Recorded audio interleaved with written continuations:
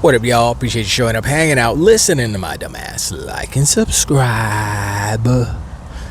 So, I wanted to talk about the rumors of a handheld PlayStation 6 is how they described it, based off of low power mode and blah blah blah, all these things that Sony has been implementing. Sony has been kind of mandating. They're saying if you make a PlayStation 5 game, you have to actually also have a mode that accommodates this 4-core blah blah blah low power mode, right? So I'm like, okay, so it's which by the way makes it more difficult for devs. When you start demanding, you say, okay, you gonna make a PlayStation 5 game, you got to do this too. Extra work, extra money, just saying. But the notion, the saying, hashtag no PlayStation 6, I think King is like he's something. He's got a crystal ball or something. Cause I was like, he's just saying that console war and stuff. He's just, you know what I'm saying? He's talking shite, you know what I'm saying? But then I heard about this the handheld, right? And I'm like, okay, so they can call it a PlayStation 6 handheld. I don't know if they're gonna call it that, but in reality, when they say, oh, it's good, that the power level is gonna be just a little bit more powerful than the Xbox Series S, little bro. And so, okay, so it's weaker than the PlayStation 5, which is weaker than the Xbox Series X. So that's this generation. See, the problem with console dummies is that they think, oh, it's the next thing from Sony, so it's the next generation. That's not how it works. It's based off of performance. That's when you say, oh, that's next gen right there. That's next gen.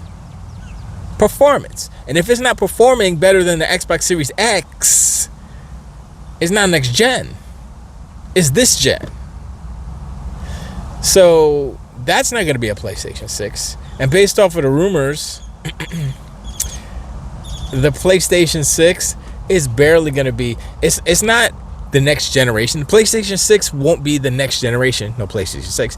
The next PlayStation 6 will be next iteration. It's not going to be a generational leap. It's going to be an iterational leap. And that's what you're going to get. And you can say, well, the price is the price.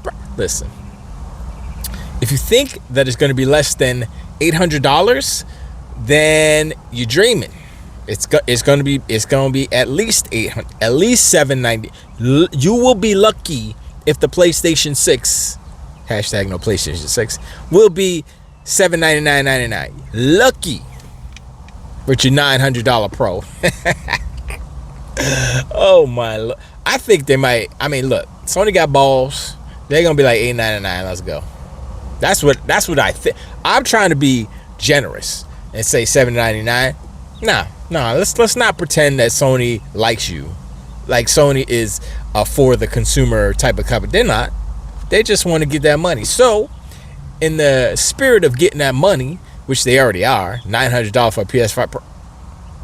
You notice everybody and their mama upset about that. You notice that the internet, the zeitgeist says, yeah, this generation is going to be another 10 years because ain't nobody going to buy that. And then the next generation, let's call it the next iteration of the PlayStation, they call it whatever they want to call it, but it's just, it's going to be $899.99 starting, no disk drive, no stand. Maybe it doesn't need a stand, but I doubt that they'll have the insight to do that because they want to charge you for stuff. So they're going to make a console that requires a stand. Have you noticed that every console since the PlayStation 2 kind of required a stand? The PS3 not so much because it's such a big B that it was too big. It's like you can't even put it. It doesn't need a stand. It's just a brick. It's a big old round brick. It's a George Foreman grill, and you just go bloop, and it's so big and heavy. It's like it ain't moving nowhere. It was solid. But Sony has kind of destroyed their, well, like I said last video, they destroyed their momentum, and now their future is looking whack. It's looking weak. It's looking pitiful. They got no games, and they're gonna try the money hack games, but they can't really do that either because none of the devs are falling for that banana and tailpipe no more. It seems like everything is collapsing around them. Not to mention that they closed all these studios, and then literally, I think it was yesterday, announced that they're buying an AI effects studio or something. Man, I know I probably mentioned it in the last video, and like I said, I have a video I'm working on this weekend, try to get it out early next week. It's almost maybe it's like 80% done. Speaking of 80%, heard that the Last of Us Factions 2 or Last of Us Online, whatever they're gonna call it, I heard that was 80% done before they just shut it down. And the director, they gave him 24 hours. They gave him 24 hours notice. But like, yo, yeah, we shutting you down tomorrow. Like, huh? What happened? We almost done. We literally had to put the colors on the last level. We just gotta tighten up the graphics on level 3. That's all we gotta do. Like, nah, bro. Nope, it's not in the budget. And like the rhetoric was before was, oh, we don't want to make a live service game. We didn't realize that if we made a live service game, we had to keep making a live service game. He ain't say nothing about that. He was surprised. It wasn't like, oh, we have a choice, Mr. Director. You can finish this game and then continue to work on it and not do anything else, or you can work on Neil Druckmann's game or whatever, right? And I don't know if it was majority rules or it literally wasn't his decision. The director of the game had no say in it. I don't know who they asked, but he ain't have no say because it was a surprise to him. So how's that work? It's like, yo, the game's almost done. Why don't you just, while Neil was over there playing at HBO, trying to make shows, he got kicked out of there. Now he's back in video games because they didn't want him in Hollywood. It's like, nah, you should probably go back to games because that's a little bit easier. Because you could get away with some stupid. You know what I'm saying? Like, it's like some of the things. Like, if we put your ideas of exactly what you did in our show, exactly how it went down in your game, they tried to keep to it. It didn't work out. That second season was high try. I didn't even watch the whole thing. I wanted to see the scene where Abby got it all dry and stuff. You know what I'm talking about. No Vaseline. You know what I'm saying? You know that scene. Everybody knows that scene. I mean, the only thing is, like, the actual real actress in the show actually is more attractive. She looks like a lady instead of a dude with a lady's face. That doesn't make any sense. She has less muscles. I don't know if that was an issue. And my thing about the game is that, like, she's got these muscles, right? But they in the Pokepocket. How's she getting, like, is she eating extra? You know how hard it is to maintain muscle? You got to eat a lot. How is she getting more rations? Did she find, like, a truck of, like, creatine and protein powder, and she just hoarding it? She's like, yeah, I got to go on patrol. I'll be back in a couple of hours. And then she goes, rides a horse, rides her pony out to the truck. Nobody knows where the truck is. Only she knows. She's like, gotta get her stash. She be sniffing it. She don't care. She sniffed the protein powder and the creatine. She mixed it together, sniff it. She needs to ingest that protein and that creatine as any way possible. Drip in the eye. She packs it in her ears. She's getting that protein. I'm sorry. I went a little bit overboard on that. I'm just saying, a little unrealistic. If you in post-apocalypse, everybody's skinny, everybody's hungry.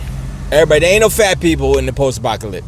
Everybody's losing weight. Come on, son, for real. When you Come on, son. Unless y'all eating zombies or something. I don't know. Is that a good protein source? I mean, it is mushrooms. So if you cook them right, you shouldn't get the... Anyway, sorry for the tangent. But that was a big tangent. But going back to the original topic, which is not the 80% and the whatever. I mean, because that's whatever. That's Sony's thing. That's whatever. They're imploding. They're destroying their own fan base. They're destroying their own studios. They're doing things that don't make sense. Firing studios, closing down studios, and then hiring a special effects, AI special effects. So it's like literally, yeah, we fired like 8 studios, but this one AI company is going to make up for it because all we got to do is press a button and then it makes a game for us and all the graphics. Yay. You thought DLSS 5 was bad? Wait till you see Pisser Tech 3. That's what that's about. Anyway, the original topic, which is I think a little bit more interesting, because I don't think these companies have any clue about how to utilize AI yet. Microsoft might be heading in the right direction. They're toning down the AI. They're taking it out of stuff. So we got to watch them. We got to see. But Sony's like, nope. We want to do what DLSS 5 is doing, but we're going to call it Pisser Tech 4.5. I don't know what they're going to call it, but it doesn't matter. But the whole notion of PlayStation 6 is ridiculous. And it's going to fail in that it's not going to be a generational leap. That was the problem with this gen. This gen wasn't really a generational leap. It was more iteration than generational. I mean, the SSDs helped with the loading, but that's kind of it, right? I think Microsoft did more innovation on the software side than Sony did. They did Quick Resume, which is a game changer. Play Anywhere, another game changer. Smart Delivery, I think they had that last gen, but that's another game changer. All these things that are inside the ecosystem, Xbox ecosystem, that PlayStation doesn't have. And now PlayStation is trying to do something, what was it called? Play Go or something like that or whatever, or I forgot what it's called. But it's basically Smart Delivery, but they're calling it something goofy. And I'm like, oh, y'all just 2 generations behind? Everything Sony does, they copy, and they're always behind.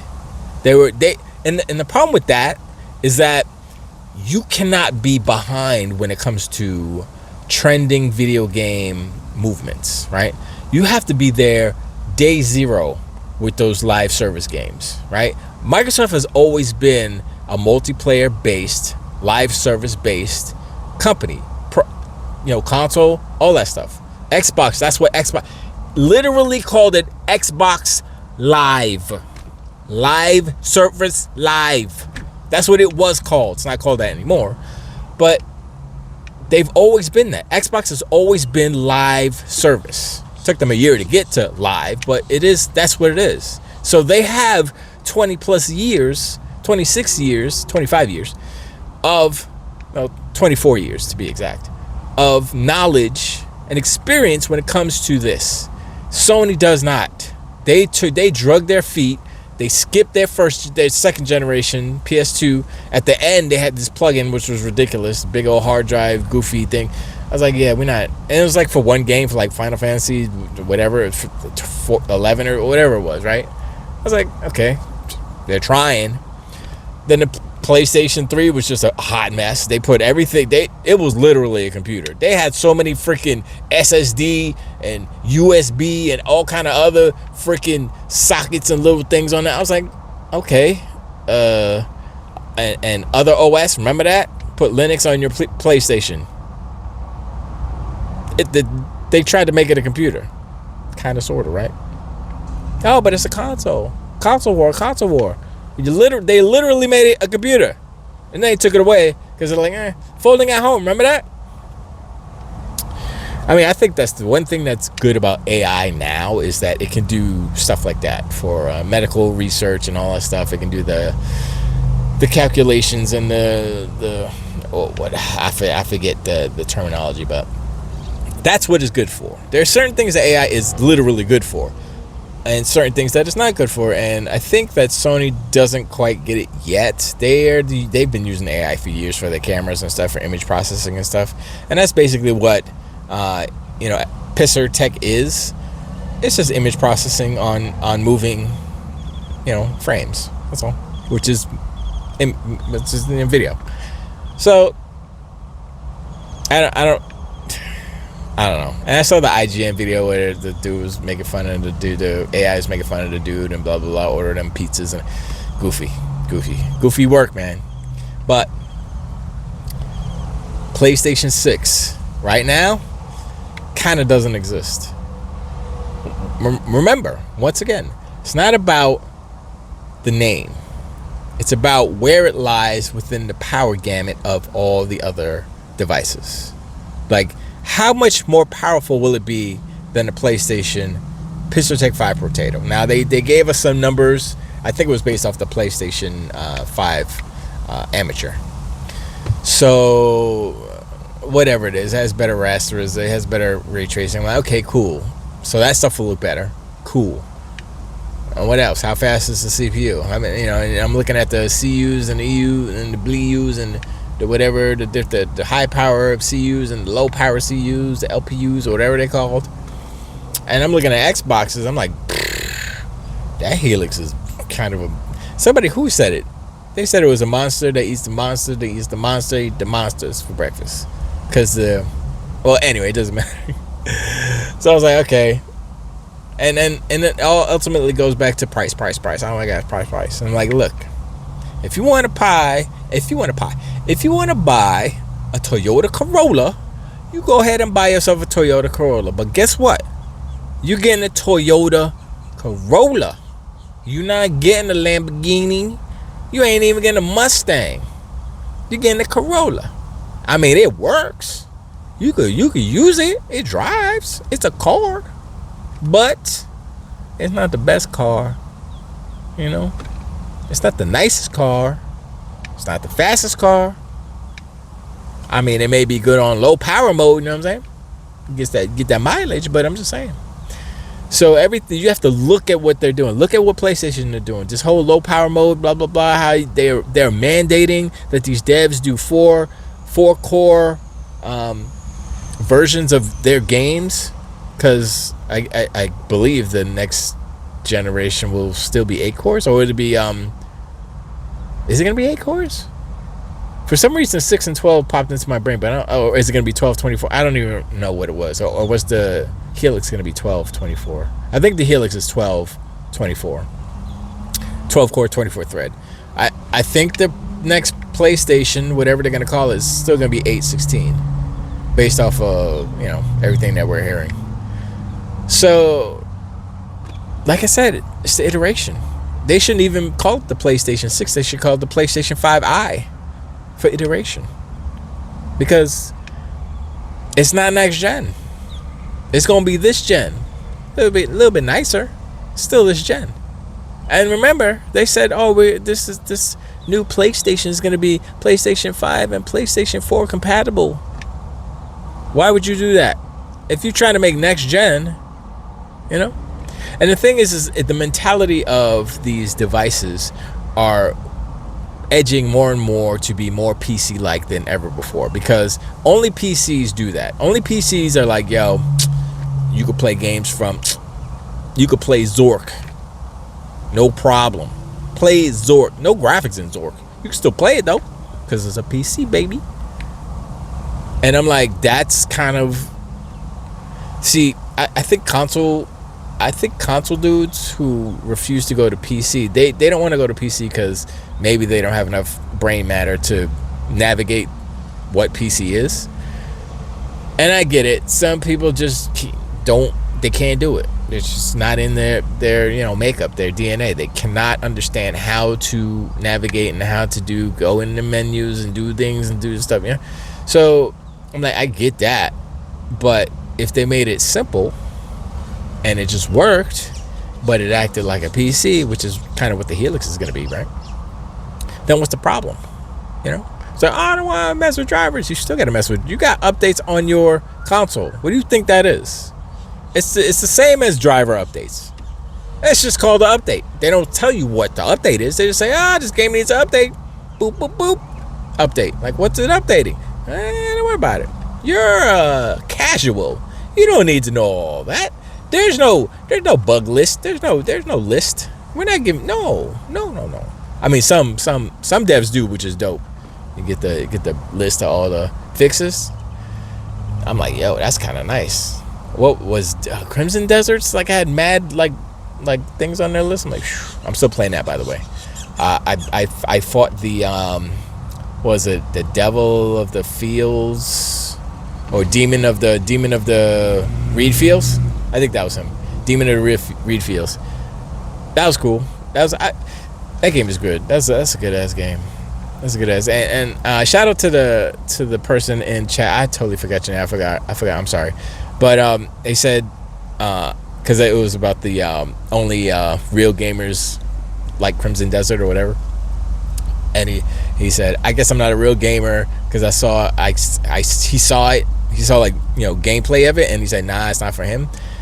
And to be honest, I said the same thing. I saw Crimson Desert. I keep seeing Crimson Desert, and we've been seeing like the PC version, so it looks nice. I was like, oh, does the Xbox version look that good? Whatever, blah blah blah.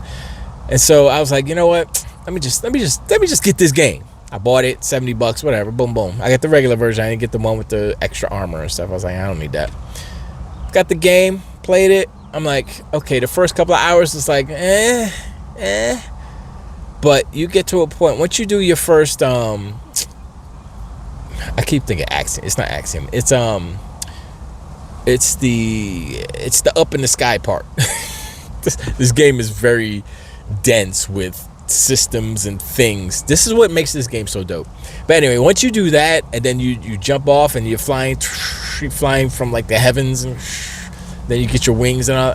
I'm like,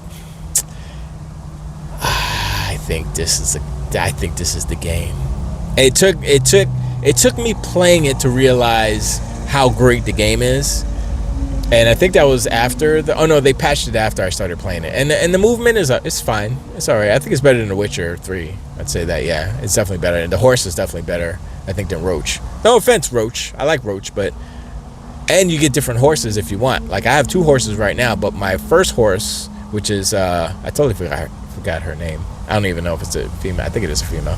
I forgot her name, but she's a brown horse, and she's like level 2. You can level up your horse, put armor and all that stuff, and so she's like better than the new horse that I bought. And I was like, I'm gonna just stick with it. Even though I don't really do too much combat with the horse. I tried it once. I was like, this is kind of hard. But once again, the game has so many systems, so many intricacies about it that there's no wrong way to play Crimson Desert. You can play Crimson Desert the way you want to. Like, first I was like, just sword. I'm just board and sword, regular, just one-handed sword. Had the shield, barely use the shield, but I'm still boop boop boop, right? Then I got the spear, and I was like, oh, okay, let me try. And I was like, psh, psh, psh. I was like, oh, I kind of like the spear. You get some distance, that's dope. And then I was like, you know what, the spear's kind of slow. Went back to the sword, slice. I was like, okay, that's pretty dope. Then I got the other character. There's somebody said in the chat, once you get to the camp, you get the extra cat. I got her. I played for her a little bit. One thing I like about it is that it'll let you know when you're in a story mission. It'll say, yo, this is Cliff's mission. You want to switch? And like, yeah, boom, you switch, and then Cliff pops in, then you do the thing. I was like, all right, that's pretty dope. So you don't miss any of the story stuff with Cliff. So I'm like, all right, that's cool. I think I might switch to her, but she's lower level. But a lot of the inventory spreads across the different characters. So whatever your inventory is, Cliff's inventory is Homegirl's inventory. I totally forgot her name. But they do have a different move set. So I'm like, all right. So once I think what I'm gonna do is I'm gonna max out Cliff, because this game is so huge, right? I'm still at the first place, the first little. I haven't gone all the way west. There's a little bit west I could go. I definitely haven't gone to the Crimson Desert, which is to the east. And it's like I'm 1/5 of the map is, and I've been playing it for I don't even know how long I've been playing. Probably maybe 48 hours. I don't even know. But I'm sorry. I know y'all tired of hearing it and all that stuff, but the game is dope. So, I can't. Right now, it's probably my game of the year. Sorry, Fable. I don't even know how good Fable's gonna be, but shoot, Crimson Desert got his hooks in me. People are like, oh, I'm still gonna give it a 6. I was listening to the Podcast Beyond, not Podcast Beyond, Game Scoop, And they were like, blah, blah, blah. And they were talking some stuff, whatever. And also, real quick, the last thing. I listen to Game Scoop for a reason, because usually they're, it's IGN, so they're always pro PlayStation, kind of negative Xbox. That's just the way it is, right? I don't want to say it is what it is, but that's how they are. They went through the Metacritic Publisher of the Year stuff. They started from 20 something. It had to be more than 20 because PlayStation was literally 21, so they couldn't do top 20 because PlayStation wouldn't be on the list. So they had to do 25 or something, whatever it was. And I'm like, you mother flowers, y'all are just so in their anus that you just have to, you have to keep them in there. But they did talk shite. They did talk about the price hikes. They did talk about all that stuff. So I'm like, all right, cool. And then when they got to Xbox, they were like, yo, man, Xbox got all these games, man. They got, man, Forza's dope. This is dope. Hey, I was like, yo, man, they didn't talk negative about Xbox. I'm like, oh, wait, what's happening here? The rhetoric, the perception is starting to change already. Asha's been in there like 2 weeks, and she got the magic sprinkles or something. I don't know, but I don't know, bro, but I feel good. I feel good about Xbox now, even more so because they got the games. Make no mistake, they got the games. Now, they got Asha, the powerful Asha up in here smacking fools through the internet. Plus, Stein got her back. Plus, Booty's over there. Come on, son. She got an army. She got her generals like, yo, what we gonna do today? Somebody talking shit on Twitter? Let's go get him. Let's go get Matt. You ready?